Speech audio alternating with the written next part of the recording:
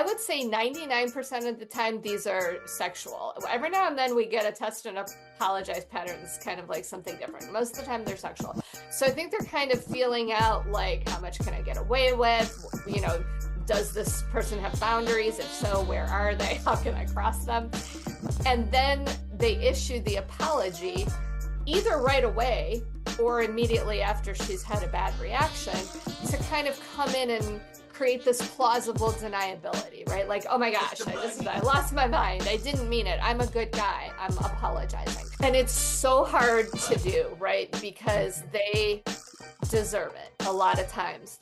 But you've got to do like a risk benefit analysis here and think, in my very precious time, do I want to waste 3 seconds of it arguing with this moron when there might be a good match for me coming up next? He somehow in 2025 is in position. We're not talking about people who are unhoused or who can't read. We're talking about people who own smartphones, right? Yeah. That just means these guys who are coming at us with, what might look like clueless toxicity. What that means is that they've chosen to either ignore or disbelieve women. And that alone is toxic. That's irresponsible. Men have access to all of the social discourses that we do, right? Like, they've been here for hashtag Me Too and Black Lives Matter and conversations about consent. And they just haven't cared. Yeah. So, I don't accept cluelessness as an excuse for toxicity and bad behavior.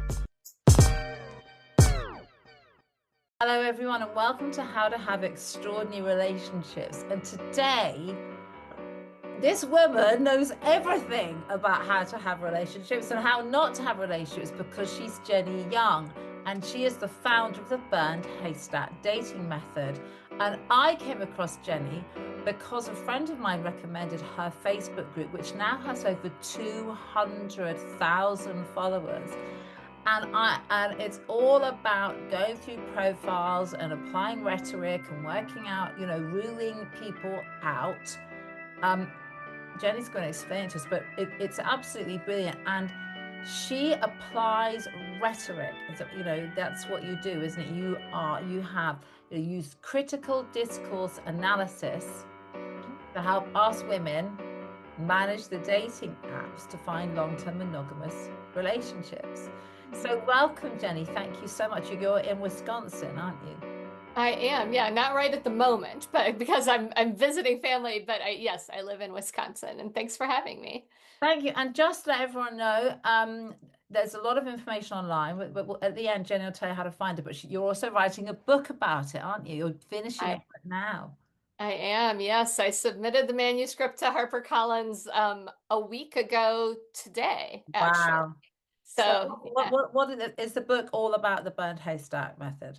It is, yeah. It goes through the history and the origin, and then just tons of examples of how to actually do it with all kinds of real life artifacts, so that you can, we have all these rhetorical patterns, which we're going to talk about, but you need to be able to see examples of those before you can kind of internalize and know what you're looking for so that you can burn the haystack. And I'll go through all of that. Yeah. So tell us about, as what I heard you say before one time was that we're trying to find the needle in the haystack. We're trying to find the good man that we can have our long-lasting, beautiful, monogamous relationship with. And we say it's like finding a needle in a haystack. And you had a quote, which was, well, you want to find the needle, you've got to burn the haystack down. Yes. And so I discovered that by Google searching, how do you find a needle in a haystack, just for myself. I was just sort of really frustrated one night. So this whole thing grew out of my own experience on the dating apps. I had no idea it was going to turn into all of this, at least not initially.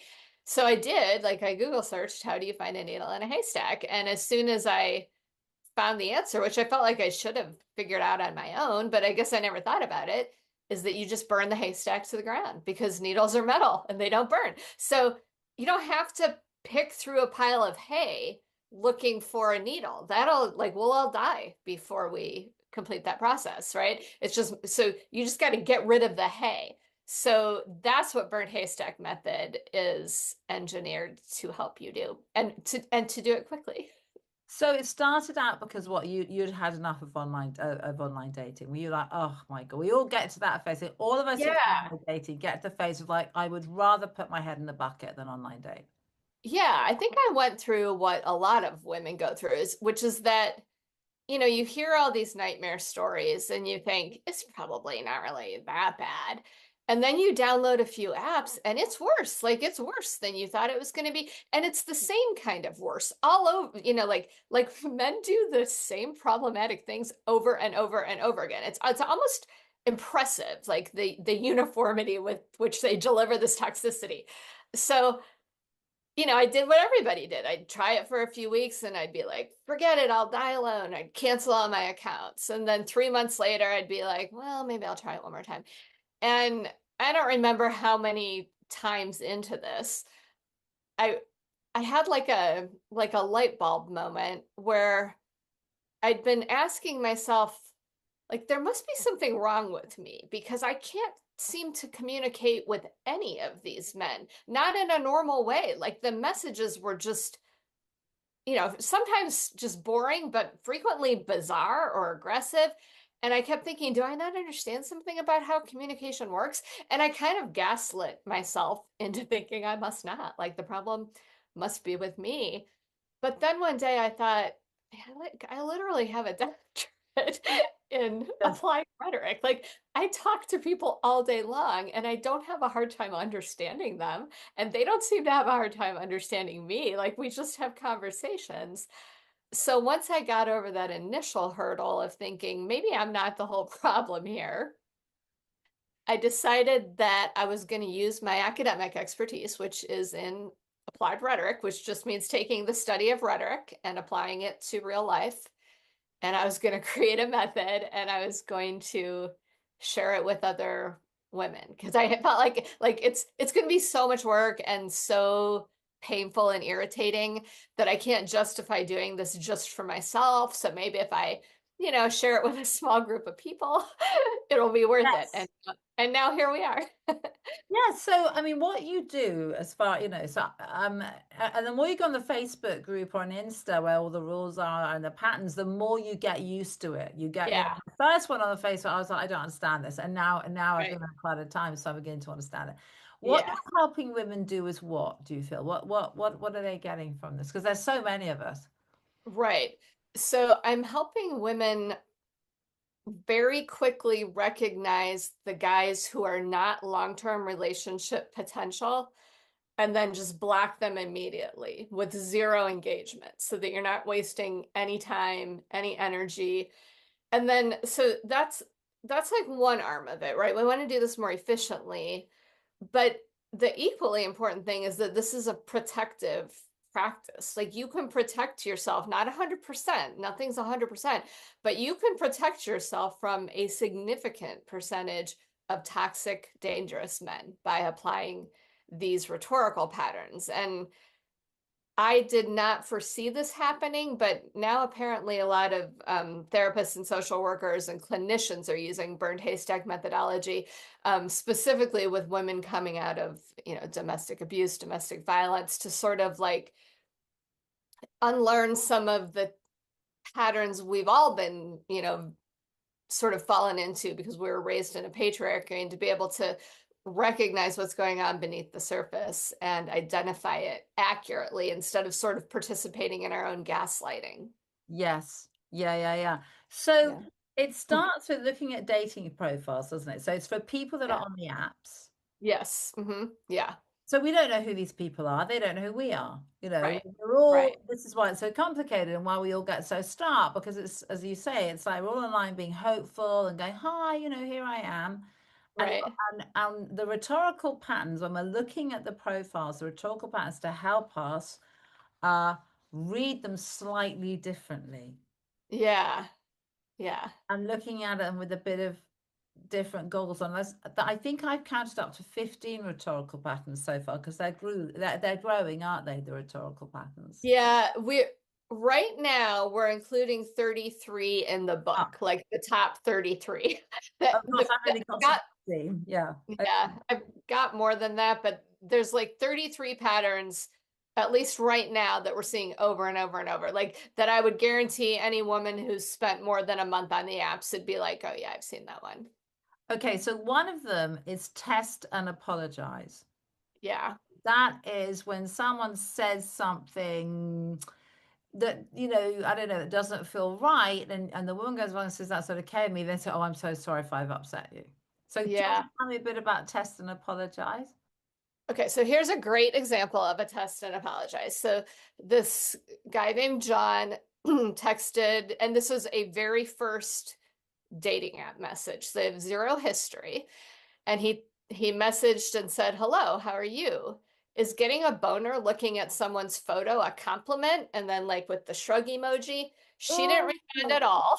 And then 1 minute later, he messaged again and said, "I'm sorry, that was inappropriate. Well, you look like you have a sense of humor." So, okay. Tell me about it. okay, so it's the test is that these guys want to kind of see like how much can they get away with. I would say 99% of the time these are sexual. Every now and then we get a test and apologize pattern that's kind of like something different. Most of the time they're sexual. So I think they're kind of feeling out like how much can I get away with? You know, does this person have boundaries? If so, where are they? How can I cross them? And then they issue the apology either right away or immediately after she's had a bad reaction to kind of come in and create this plausible deniability, right? Like, oh my gosh, I lost my mind. I didn't mean it. I'm a good guy. I'm apologizing. But what I always tell women is that the test is real, the apology is not. Okay. And that's, all abuse begins at a very low key point in the spectrum, right? The first boundary violation is small, Mm. and then the boundary violations tick up so slowly. I mean, it's, the whole frog being boiled in water or whatever that Yeah, analogy, yeah, yeah. where you don't notice it until it's really bad. And so we want to identify these boundary violators really early on, and test and apologize is just we see it all the time, over and over and over So again. that they're a block. As soon as you see that, you block. I would block, yeah. And the idea of blocking rather than whatever else you do, unmatch, is Hmm. is that you don't want these people, number one, you don't want them reappearing on your timeline or on your match. Right. Because most of the apps will, I think almost all the apps will recycle anyone whom you've not blocked. And we suspect some of them are recycling blocked matches too, but we're Yes. working. Yes. So one of that is, so you're blocking this person, and you're also hopefully, because there's an algorithm, isn't there? Yes. Mhm. You're hopefully saying to, the god of algorithms or goddess of algorithms or whatever, don't show me any more people like this. Yeah, so the algorithms are a little bit mysterious because none of the dating apps have ever revealed how their algorithms work, and they're not going to. Mm, So every now and then I'll come across an article with someone claiming to have, like cracked the algorithms. That's probably not possible. That it's speculation. What I do hear though from women all the time is that once they start, we've got 10 rules in Burned Haystack. Once they start applying those rules faithfully, the algorithms do shift and start sending them people who are better matches. Now, the flip side of that is that they're going to get fewer matches, right? Like if you're yes, being really strict, you're going to meet fewer people, you're going to talk to fewer people, and you're going to go out on fewer dates, which to me is a good thing because most of the dates I went on were a gigantic waste of time, right? Like Burnt Haystack is very much aimed at women who want to meet someone and get into a long-term relationship. If yes. if you want to like date to have fun or make friends or meet That's people, fine, whatever. Yeah. yeah, Yeah, but yeah. that's not what we're all about. Yeah. No, Yeah, that's right. And then sometimes it's like, if you want to go and have some one night stands, whatever, we can all do whatever. But absolutely. Yeah. this is Yep. specifically for people saying I want to be a good guy and have a long-term relationship. So the rules, Mhm. yeah, the 10 rules, Yep. We've got don't get stuck in messaging loops. People get stuck in messaging loops, don't they? Where you just message. Yes, they do. Yeah, all the time. Yeah, I'm pulling up. Do you want to go through Yeah, do you let's want to just do do them the really rules or? quickly. Yes. Okay. Okay. So rule number one is the app is a tool. It's not a place to live or a game. So all of the apps are now engineered to sort of like hook you into this addictive, endless, swiping, scrolling cycle. And if you're falling victim to that, it just means you have like a very typical human brain. Like that's what those are engineered to do. But you want to set some really hard guidelines around that. I always say, give yourself 5 minutes in the morning and 10 minutes in the evening, and that's it. Like, don't spend more time on it than that. Now, if you get into a conversation with someone that's really rewarding and enriching, then go ahead and direct your time toward that. Don't direct it toward just scrolling and swiping forever. Yes, and if someone's messaging you and you don't reply within like an hour or so, and then they message you saying, "Why, where have you gone? You haven't replied." I think that's a block, right? That is the bored toddler rhetorical pattern. Ah! The equivalent of a little kid chasing you around and like tugging on your shirt, except he's, what, a 48-year-old man. No, like we're not doing that. Okay. So yeah, that's a block to burn.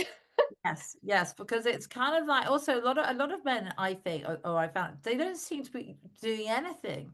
I Other, know. I mean, they say things like, "What are you doing this weekend?" And I'm like, "I'm so busy. I'm doing this. I'm doing that. What are you doing?" And they're like, "Painting my shed." Right. Yeah. Or going fishing, But I apparently. mean, A lot of them are fishing. I'm like, they're just a lot. Are women just a lot more engaged and lively, and then a lot of the men that are remaindered or on the apps are there because like they go Because through. they don't have a woman in their life to plan everything for them anymore. Honestly, I mean, depending on age, right? Like younger guys, I'm sure that's not as true, but like for men who've been married 20 or 30 years, a lot of them end up divorced for whatever reason, and they don't really, they haven't cultivated friend groups or social structures and are frequently, yeah, like looking for a woman to come in and No, sort of fill they that void. literally seem to have. They say things like, "You want to meet tonight, tomorrow, the next day." I'm like, "Well, I have a life." Right. Yeah. Like, so like no, because I'm busy and I work and I see friends and I sing in I mean, I'm like, how come Right. I've got so much spare time? Yeah, I've wondered. They seem to fall into one of two camps because one of our other rhetorical patterns is called "I'm a very busy man," where they're always like claiming to be the CEO of everything or whatever. And yeah, it seems to be this like divide between the very busy men and the guys who are like, "Well, can't we meet in 5 minutes?" Yeah. So, yeah. Okay, so number two rule is Okay, number two rule is focus on messaging over scrolling and swiping because that's where you'll get the real information. So, people hire dating consultants or coaches to set up their profile pictures. They use AI, they yeah. use modified pictures. It's a good first step, but if you really want to start figuring out what you're dealing with, you want to talk to someone in real time. And we have some graphics. Maybe you've seen our messaging hierarchy. Have you Yes, seen that's that right. pyramid? Yeah, that's on Instagram. Yeah. Yeah, it's kind of like a choose your own adventure. Like if he does this, keep talking to him. If he does this, block. Yes. And Yeah. yeah, So, I mean, it's so interesting though. So someone says, "How are you? What have you done?" You reply, and then they completely ignore what you've said. right, right. That's Like imagine another what block. that would be like in real life, right? You don't Yeah. want that. Yeah. Yeah, So we're right. beginning to learn. So I started sort of making things up. They're like, "What do you do this weekend?" I'm like, I flew to Tanzania and climbed Mount Kilimanjaro. They go, "Okay, well, I took the dog for a walk." I'm like, "Okay." Yeah. No response. Yeah. But again, we're beginning to get more attentive. Yes. That's what it really is. It's getting more attentive. It's having an academic method to sort of like make that attentiveness legitimate so that you can have confidence in it. But I think maybe the biggest factor of all is this we've now got this huge community of women working together who Mm. are able to sort of like confirm and affirm and be like, oh yeah, no, like don't engage with that. And Yeah. there's an interesting thing, like in the Facebook group, we've got, women who've been in there with me from the beginning and then brand new people every day. So we're kind of like ushering in, and there's this like cyclical community teaching thing going on. It's just very cool. And so what, okay, what's number three? Okay, rule number 3 is no notifications. So you just want to turn them off. Yes, And yes, there's we've a got to couple be of reasons for this. bombarded. I Yeah. mean, it's just not good for your mental health, right? To be like ping, ping, pinging all the time. But also, I think you don't want to feel like you have to be at random men's beck and call all day. And if they're the kind of guys who are going to unmatch if you don't respond to them in half an hour, that's not a dateable person anyway. Like Mm. you want a guy who can sort of like, sit back, delay gratification, be patient. I mean, the basic sort of components of being an adult, you want that. Yes. Yeah. Yeah. Number four is the block to burn I've got. Number 4 is black to burn, and that's probably definitely the most famous rule. Like a lot of people I've noticed in social media just call it the black to burn method, which is fine, but it's playing on the haystack metaphor, Yes. right? Yeah. That's you block men to burn the haystack. Yes. So you're getting rid of the men that you know you Yep. don't want. Um, the fifth one, no fighting with men. Yes, I think this is good. It's so hard to do, right? Because Mhm. they deserve it a lot of times. But you've got to do like a risk benefit analysis here and think, in my very precious time, do I want to waste 3 seconds of it arguing with this moron when there might be a good match for me coming up next? No, just zero argument, block them and move on. Yes. I had Yeah. the guy that messaged me and said, we'd never met each other. We'd only seen each other's profiles. He looked interesting. He said, I think we're an intellectual match, but I don't know if there'd be any physical chemistry. I was like, I've never even met this man before. He's got no idea. So I just blocked. Right. You have to get quite ruthless. You do. So that's what I we don't call the think, I'm the prize yeah, rhetorical pattern. He was okay. issuing you a challenge, right? Like prove yourself, prove that you're worthy of my physical spark. Yes, Um, yes. okay, rule number 6 is don't be a pen pal. And I think people have to interpret this. Like how long are you willing to talk to a man without it moving to a date before you're done? Do you have a guideline for yourself for that? Yeah, I mean, as soon as I get bored, and I get bored quite quickly. I mean, if I'm getting bored, if Okay. I'm like, Yeah. I'm like, Yeah. okay, well, I don't want, I mean, like, they say things like, I mean, I've got friends, I don't need friends. So I'm Right. like, a few messages, and then, if I feel okay, maybe we'll have a telephone call. So I always have a telephone call because I want to hear someone's Yeah. voice. Yeah. And if that's going okay, then we'll arrange to meet. But, well, if we're getting days and days and days of messaging and no one's really and I want them to take the lead because I want to check out, are you someone who's able to do this stuff? Right. Can Yeah. you And so organize a date? Can you get to where I am? I mean, are you able to do this stuff or do you need me to lead? And I don't want to do that. It's not a pattern I want in my life. right. And so, yeah, we'll come back to that with rule number 9, but hugely important. I think for the pen pal rule, I feel like most women tell me, oh, kind of a week, like they'll talk to Yeah. someone for a week, if it's a good conversation. Yes. So, yeah, I think you have to play that bear. But I was talking to like a colleague of mine who's a great guy. And he met this woman on a dating app and they'd been talking. And I said, well, how long have you been talking? And he's like, I don't know, 2, maybe 3 months. And they've never met, which I mean, Maybe they that both works for them. happy with Yeah. that. I mean, Yes. some people, interesting enough, actually don't Yeah. what they actually want is someone to go, good morning, honey, good night, Right. honey. And that's Right. they actually Totally fine. Yeah. yeah, that Yeah. wouldn't work for me because I want to actually meet someone. Yes. Same, same. And that's Burnt Haystack, right, is engineered for the people who actually want to meet. But okay, rule number 7. This one is difficult. Set your geography, but don't share your location.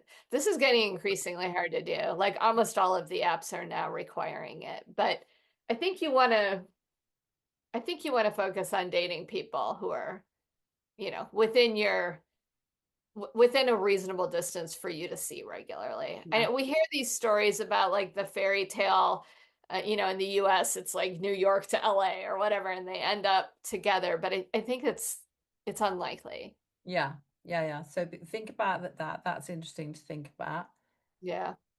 8 is get out of this loop.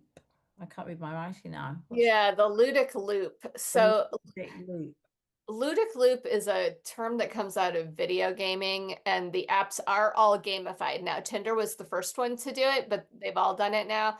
And it's basically like a ludic loop. It refers to a pattern that has like no narrative arc, no beginning, no end. It just kind of draws you into this nonstop, scrolling and swiping on the dating apps. It's based on intermittent reward systems and dopamine hits in the brain. It's the same thing that keeps people on slot machines. Mm, And like the apps aren't going to stop doing that, of course, right? It's very profitable for them, but having an understanding of it and how it works, I think is empowering so that you can just decide to opt out of it.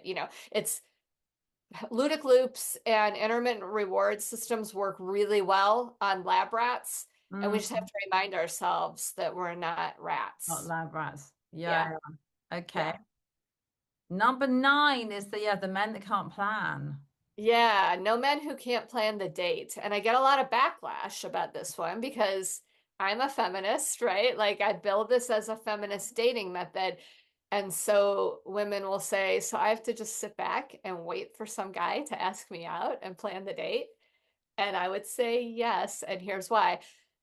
There is a labor imbalance in domestic and emotional labor, right? Women tend to plan all the family vacations and the office birthday parties, and we keep track of everybody's doctor's appointments and get everyone to the dentist. And that a lot of marriages have broken up over the fact that women are just sick of doing everything, of Yeah. carrying all that labor. So what we want to do is use this as the heuristic is the academic word, but like a little test, a test at the very beginning. We're not planning to make these guys do all the date planning or asking forever, but we want to sit back at the very beginning and see, is this a man who can research restaurants, make a reservation, suggest a day and time? Like these are very basic things, but they're also somewhat rare on the dating apps. Yeah. I get that. And number Yeah. 10 is treat it as a job search. Yes, this is interesting. Yeah. Yeah, because the apps are kind of intended to give everyone this like feeling of immediacy, right? Like I'm ordering, I don't know, do you have Uber Eats in the Yeah, yeah, we UK? do. Yeah, yeah, we do. Okay. Yeah, so it's like ordering, delivery food to just show up, or worse yet, a lot of men see the dating apps as like a sex ordering service, right? Like just use it and someone will show up, or you can go to her house. And we need to, I think, remind ourselves what we're trying to do here, which is establish, what will hopefully be a lifelong partnership. That should take way longer. It should be a weeks or months long search. If we do compare it to a job search, Yeah. we should take the time to get our CV or our dating app ready and correct and presentable. And we should take time to look through other people's information. Let's sort of like professionalize the process in these really early interactions instead of being so bent on, acting on immediate fireworks or what we think are fireworks. Yes. So I mean, there's so many things I want to ask. So when I first joined the Facebook group and I was reading people's responses, part of me felt sorry for men, right? There's part Yeah. of me that thought, oh no, but this guy, he doesn't sound bad. He's trying his hardest. Maybe he doesn't really know how to do this stuff, and he sounds okay. And all these women go, no, he's a narcissist. I don't like that use of language. And I was like, whoa, but that's a little harsh. So what do you feel? I'm sure you've heard that many times. I have. And sometimes it's valid. Like even I sometimes end up coming to the defense of these guys and saying, "Whoa, I'm not seeing that there." However, I think what happens more often is that women are saying things like, he just doesn't know. He didn't mean it that way. Mm, Here's why that's not okay with me. If this guy's on a dating app, he has in his hand access to all the knowledge of human history. So mm, if he somehow in 2025 is in position, we're not talking about people who are unhoused or who can't read. We're talking about people who own smartphones, right? yes. That just means these guys who are coming at us with, you know, what might look like clueless toxicity. What that means is that they've chosen to either ignore or disbelieve women. And that alone is toxic. That's irresponsible. Men have access to all of the social discourses that we do, right? Like they've been here for hashtag Me Too and Black Lives Matter and conversations about consent, and they just haven't cared. Yes. So, like, I don't accept cluelessness as an excuse for toxicity and bad behavior. Okay.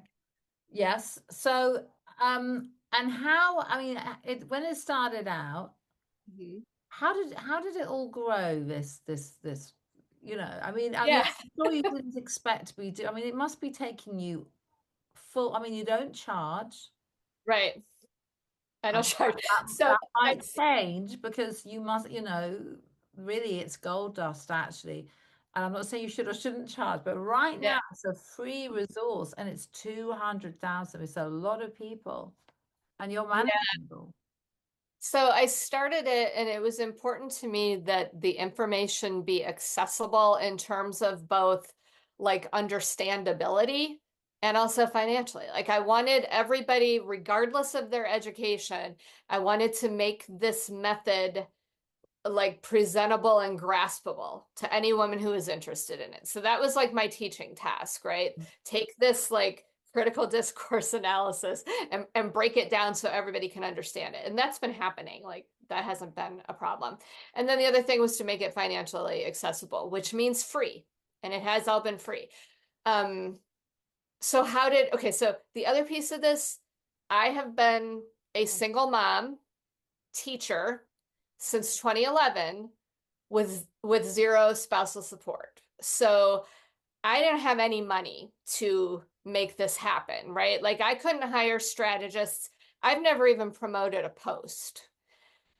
So I knew going into it that the only way, and I have no following and I have no, I mean, I do now have some social media savvy, but I didn't at the beginning. Mm, mm, So I understood in a way that kind of seems insane now that the only way it was going to spread was if it spread organically.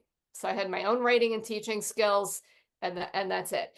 And so I started by writing a couple articles and just, submitting them everywhere. The Independent picked up the first one. mm. HuffPost picked up the second one, I think, and that led to a huge explosion in the United States. And then from the day the HuffPost article went up, which was in August of 23, it just hasn't stopped. Wow. Yeah. Yeah. And then there's an algorithmic effect there too, right? Like the more people start using something on Facebook or Instagram, the more people those platforms disseminate to, and then it just sort of builds and builds. And that is the totality of my understanding of algorithms. Yeah. Yeah. Has it worked for you? I mean, have you applied it to your own life? Are you too So, busy to date anybody, I imagine? well, the method started because I started playing around with the rules myself. And this was before I had named it Burned Haystack. I had a set of rules, but I wasn't planning to market it. I was just using it for myself. And it changed everything. And within 5 days of implementing it, I did find a partner whom I ended up staying with for 2.5 years. And when that relationship ended for reasons that have nothing to do with Burned Haystack, and he's a good guy, we're still friends. He's actually like a huge cheerleader of this method. Mm, Um, when that relationship ended, I decided, okay, I still want to find a partner. And that's when I started Burned Haystack. Now, the day the HuffPost article went up, was the same day I started a new job as an associate dean. I'm still a professor and I still teach, but I started this administrative role. And I realized I cannot teach, administrate, do burned haystack, and date. So I took myself completely off the apps Mm, in mm. fall of 23. Yes. And Yes. I've been in a relationship with burned haystack. Yeah, that's your I'm significant going to give it other. another try at some point. But Yeah, and right then now, yeah. I got the book contract, and yeah, I just haven't, it has not been the focus of my life. But fortunately, all these other women are turning in success stories. So Well, I didn't end up needing myself. Yeah. what's interesting is you get some flack Oh, yeah. from women Mhm. and from men who are like, you know, who say it's too critical. You're never going to Yeah. meet one if you rule so many people out. Because you say we're ruling people out, we're not ruling people in. Right. So, for example, you know, it always makes me go, ooh, if someone says, oh, I just want, you know, I want cuddles. I've now realized that's code for sex, but I didn't know that before. Oh, yeah. And it's also just icky. Yes, Like so that's an icky. icky way to talk to strangers, You're a right? I grown want to sleep man. with you. Yeah. Yeah, yeah. So I'm Yeah. always like, ooh, yeah. So that's a no.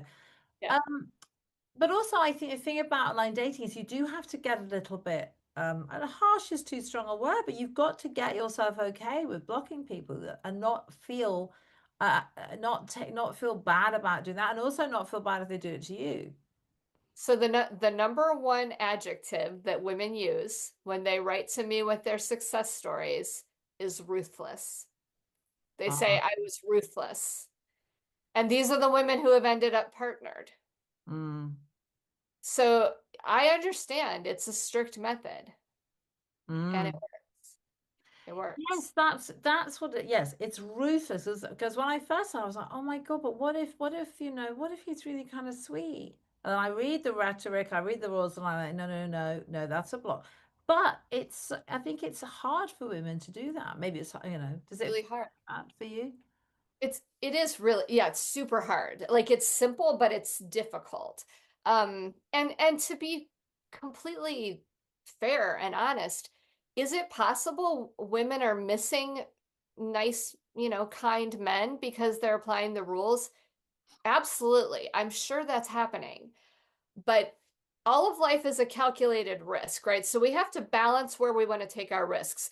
Do I want to risk missing one good guy who might be one in a million? Or do I want to missing all the good guys because I'm spending all my time engaging and going out with this nonsense? Like to me, the risk of wasting my time with non-dateable people is far greater than the risk of missing that one because I'm applying burnt haystack. Yes, yes. So we're applying the rules, we're looking, and then we're doing a bit of reading of the profiles. And so Mhm. let's say someone passes the rules and they get to profiles. Then we're looking at the rhetorical patterns. So you know, those are profiles that say things like "you will be," right? So they're all blocked. You will Yeah, be slim, blonde, funny, blah blah blah. But yeah. I block anyone that says, you know, no drama. Oh, Even me too. Yeah. well, I like a bit of drama, right? I like Yeah, a bit of I mean, drama. we I all don't like do. having no drama. You know, it's like flatline. It's like dying. But there's a difference between enjoying a bit of drama, which we all do, or TV wouldn't exist, right? Yes, There's a difference between enjoying a bit of drama and being directed by men on how to behave. yes, Two different things, right? yes. Yeah. Then we've got, what about all the men that say things I've done therapy, you know, all those sort of self-help bros. Tell- I mean, I uh, imagine some of them are sincere.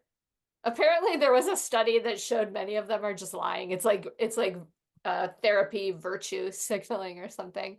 Um, I think it probably takes a little time to suss out some of that. I have a rhetorical pattern called middle-aged white Buddhist, and these are the guys that I'm sure you've seen them, right? Like it's pretty clear they've been toxic most of their lives until their wives left them, and then they spend like 2 or 3 months listening to podcasts and are suddenly like spiritual gurus.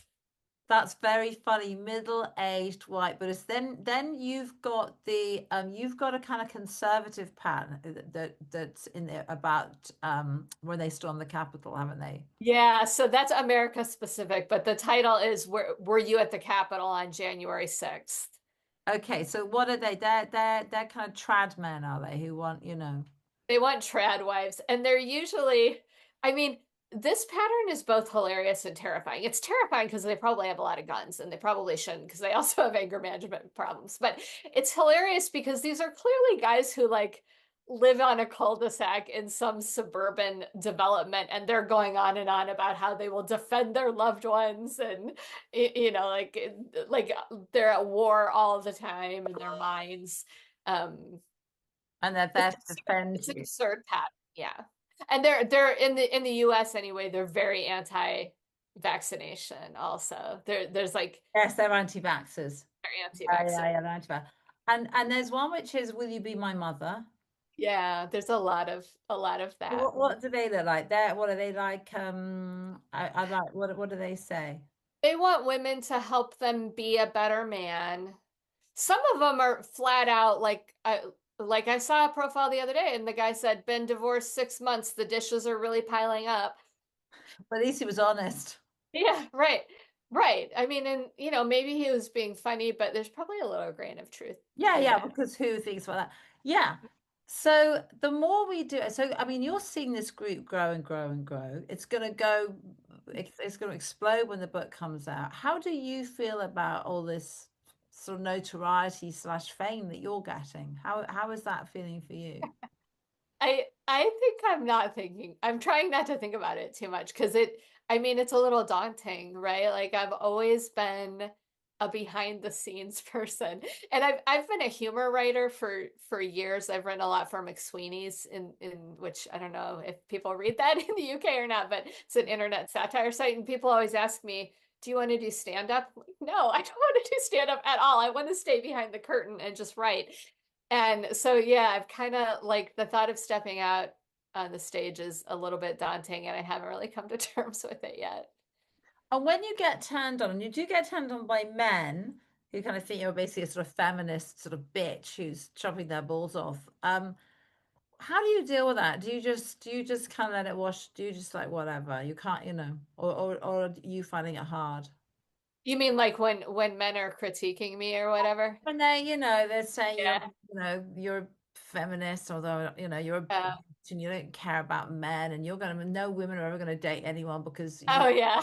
You're bitch. gonna die alone with your cats. And Um, that yeah, they're like mesquite, like gnats to me. Like I don't, it just it's like so formulaic and predictable and therefore boring that like you can't really get that upset about something that's that boring, I guess. So I just tend to, yeah, thinking let about it other, go. yeah, And letting in your experience, what's been the what have you found in women? Have you found that women, I mean, I'm talking really generally, struggle with confidence, or I mean, how, because there's some things there, isn't there, about kind of how women view themselves. for sure. I mean, in any patriarchal society, women are socialized to be accommodating, to be flexible, to shift and bend and shrink and sort of like wrap ourselves around everyone else, right? And specifically men, to make men comfortable. So a lot of what Burned Haystack aims to do is what the rhetorical term is to denaturalize these discourses. So when a discourse is naturalized, that means we all see and hear misogynistic things all the time. We don't think anything of it because it's naturalized. So we want to sort of say, no, stop. Like, let's look at the words. Let's look at the patterns. That's what critical discourse analysis does. It deconstructs language and shows what's going on beneath the surface. And what I hear from women all the time is, I always knew this bothered me, but I could never put my finger on why. And now I know exactly why. I was right all the time. Yes. And that's really empowering. And I hear, like, if there's a message I hear more than any other message, I think that's probably it. Yes. So Yeah. I think I sent you a couple that made me go. I mean, I just don't know how to reply to them. So someone said, "What are you up to this weekend?" I said, "I'm going to the farmer's market. I'm going to buy some food and cook dinner." He then Mhm. replied something like, "Great, what are you going to cook me?" Or "I'll be around later for dinner," or something like that. I'll be sitting. Yeah. I don't know how do you, I mean, I don't have a response to that. You block. Yeah. Okay. Why? Because why? I mean, I was like, weird. I Strange. mean, yeah. Well, okay, so he thinks he's being funny, right? Yes. Rhetorical pattern, Greek tragedy of funny guys on the dating apps. Right. Because they think they're being funny, but they're like not being funny while they're trying to be funny. Um, but let's even say that this is not a misogynistic guy. You didn't find that funny. Like it didn't crack you up and make you laugh. So it doesn't actually matter what his intention is. This is not a person you're going to enjoy being around. And you don't owe him anything because you don't know him. You haven't like agreed to meet him anywhere at any place and time. So just block. And a lot of women will say, I feel bad. I feel like I should like give an explanation. That's internalized misogyny. You Yeah. have been brought up in a culture that has told you you have to justify your feelings to men that you don't even know. And what usually happens when you do try to do that is they get super abusive and toxic and aggressive. So it's better to just block before any of that Yes. happens. Right. So I thought, yeah. The reason why I thought no was because I couldn't come up with any single response. I Right. was like, it kind of for me completely shut down any communication. I'm like, well, I've got nothing to say to that. Right. So the conversation was over. It ended. But it's a conversation, and I'm like, okay. I mean, there's nothing I can say to that. I Right. imagine it's supposed to start out with some flirty banter. Like, Yes. oh, So sure. What what are do you you gonna do? like? Yeah. Yeah. Okay, wrong What do person. you want me to make? Yeah, yeah, yeah. Oh, yeah. Oh, yeah. I heard that. Yeah, you could. Okay. Yeah. Yeah. Yeah. So the more people spend time on the Facebook group and on Instagram, and so the more anyone who's listening will get used to what this is, and I think it's amazing. Oh, I thank think, you. the more I understand about it, the more I learn about it, the more. I mean, it's quite eye-opening when you It start is. when you look on Facebook and people are literally decoding what seems to be a Yes. relatively mild, jolly little thing. Yeah. You start seeing, oh, And then you see it everywhere. And I think people sometimes get overwhelmed by the massive amount of information we've got going on all the time, right? All these patterns. But like you're saying, if you just sort of immerse yourself in the group and just start reading and sort of participating, you internalize it very quickly, and then you can never unsee it. I mean, and right. it's almost like you've been wandering through this, maze of little rooms or whatever, and somebody hands you a key, and once you have the key, everything becomes clear. Yes, and what's really interesting is that the people who don't get ruled out are just the guys they haven't really got remarkable profiles that are saying, blah blah blah. They're just sort of good guys. Yeah.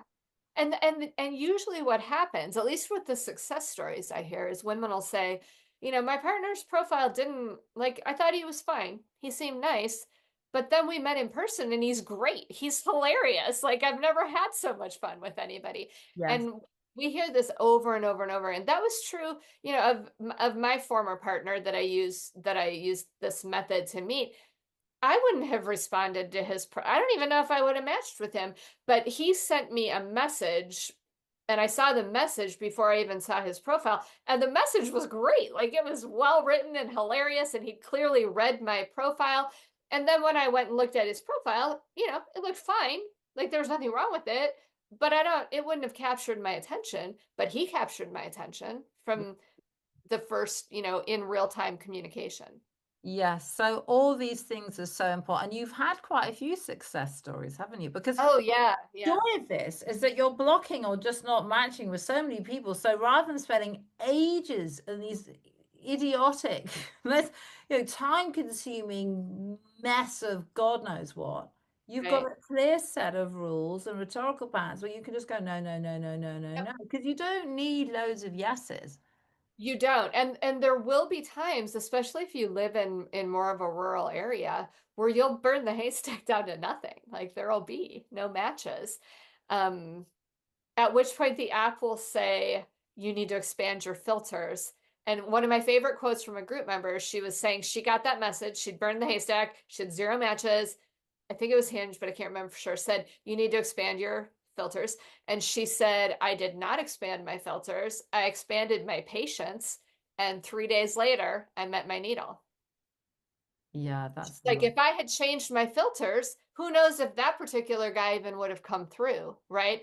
Or she might have missed him amongst the masses of whoever else the floodgates of unfiltering opened up. So, I mean, I sometimes I think it's worth it to make little tweaks, especially geographic ones. Like I think expanding mileage sometimes is Mm, worth doing, but mm, I don't think you should like alter your expectations for basic human interaction and good treatment.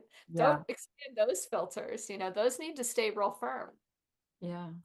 So, what's your hope for all this then? What, if I know it might be hard to encapsulate in a sentence.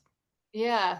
Well, I mean, I think it's already starting to happen. My hope is that what we're doing in Burned Haystack is going to change the culture of dating overall, that it's going to serve as a wake-up call for, I mean, men in particular who are going to have to reckon with the fact that things might have to change, and not in a superficial way. Not as in, I'm going to lie about my political affiliation because nobody wants to date conservative men in America anymore, but more as in, I need to confront my own misogyny, the ways in which I'm making women feel uncomfortable, the ways in which I'm so boring. Nobody went, like, maybe, maybe I should read a book, or whatever it is.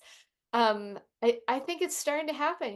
I woke up this morning to an article in Washington Post that had a whole section about Burned Haystack that I wasn't interviewed for. I didn't even know it was going to be in there. It was a group member who'd met her needle that way.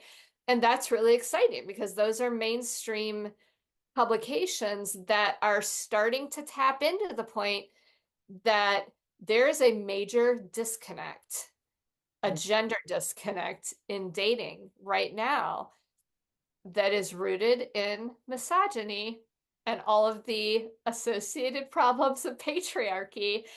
And at a certain point, if men really want to get dates, they're going to have to change. Because women are just opting out and deciding they're perfectly happy on their own. Women are not deciding, this is so bad that I guess I'm just going to have to take some abuse. That's not the decision women are making. Mm. Women are deciding to just opt out entirely. Yeah, they are. Yeah. So thank you so much. Now, let everyone know where they can find you. When's the book coming out? We early 2026. I Okay. don't know the exact date Yeah, yet, but it'll not be long to early. wait. Not long to wait. Not long. No, I mean it seems like a long time, but you know how time It'll goes, go like right? this. So, Yeah. where else they can find you? Facebook, Burnt Yeah, Hay. so if you just search Burned Haystack on Facebook, you'll find it immediately. You can go to jennieyoung.com. It's JENNIEYOUNG.com.